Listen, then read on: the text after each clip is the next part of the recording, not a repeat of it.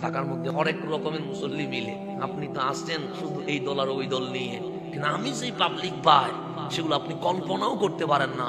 Secular এ বলে নামাজ পড়তেছে বাবারে বুঝ দেওয়ার জন্য, মারে বুঝ দেওয়ার জন্য, কিন্তু সে আসলে ইসলাম মানে। তখন জিজ্ঞেস করি কেন মানেন না?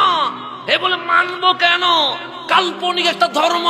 আরে মাটির কাজ চুষে ফেলা, খেয়ে ফেলা, কবরে গেলে আপনাকে খুঁজে পাবে কে? আপনি মাটির সাথে মিশে যাবেন, তো মিশে গেলে তার কোনো হিসাব নাই। সুতরাং দুনিয়াতে ডু ফুর্তি, শুধু এনজয় করব, শুধু এনজয় করব। সিনেমা দেখা এনজয়, অশ্লীল ভিডিও দেখা এনজয়, সেনা করা এনজয়, লিভ টুগেদার করা এনজয়, এগুলো করব। এখন নাস্তিকের কপ্পরে পড়ে আমার বায়ু চলে গেছে কেন? যুক্তি বলে মাটি খেয়ে ফেলবে। আল্লাহ বলে ওই নাস্তিক শয়তানের কপ্পরে পড়িস না।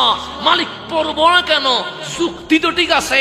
আল্লাহ বলে যুক্তির নাম ইসলাম নয়, দলিলের নাম ইসলাম। পেটের মধ্যে মানুষ জিন্দা থাকতে পারে না, কিন্তু দুনিয়াতে আসার আগে আমি মালিক, তোর মায়ের ছোট্ট পেটে আমি তোরে জিন্দা রাখছিলাম। রাখছি কি কারণ? মায়ের পেটেটা কি ফাঁসাত নাকি? কয়া একা তো দইবে না, আরো ছোট।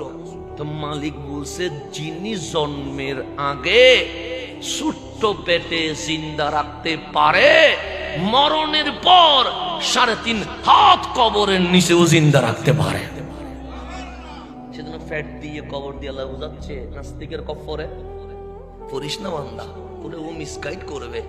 আমি তোরে সেজন্য মায়ের পেটে আনছি, মা কষ্ট পাবে আমি জানি, সেজন্য মারে মার মতো করে বানাইছি যেন ধৈর্য ধরতে পারে। আমি ওইভাবে করে সবেরা বানাইছি মারে। কেন?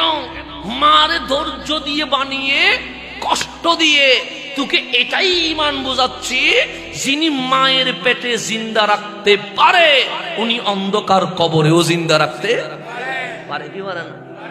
এখন মায়ের পেট ধরেন 2 মাস রাখছে, কিছু বলতেছে না। 3 মাস রাখছে, কিছু বলতেছে না। 6 মাস রাখছে, কিছু বলতেছে না। 8 মাস রাখছে, কিছু বলতেছে না। 10 মাস রাখছে, কিছু বলতেছে না। 10 মাস 4-5 দিন গেছে আর মায়ের পেটে ব্যথা ওঠা শুরু হয়েছে। হয়েছে না? হয়েছে। মা যখন ব্যথায় ছটপট কাতরাচ্ছে, এলাকার মহিলারা বলছে সময় এসে গেছে, পেটের সন্তান এখন কোথায় আসবে। এরকম হয় কি হয় না? হয়। তো আল্লাহ কিয়ামতটা অন্যভাবে করতে পারতেন। আল্লাহ কোরআনে বলছে ইজা জুলজিলাতিল আরদু জিলজালাহা। শব্দটাও কেমন? জিলজাল শুনলেও কি উঠে কাঁপানি শুরু হয়ে যায়। আল্লাহ শব্দ চয়নে খুব সাবধান রাখছে।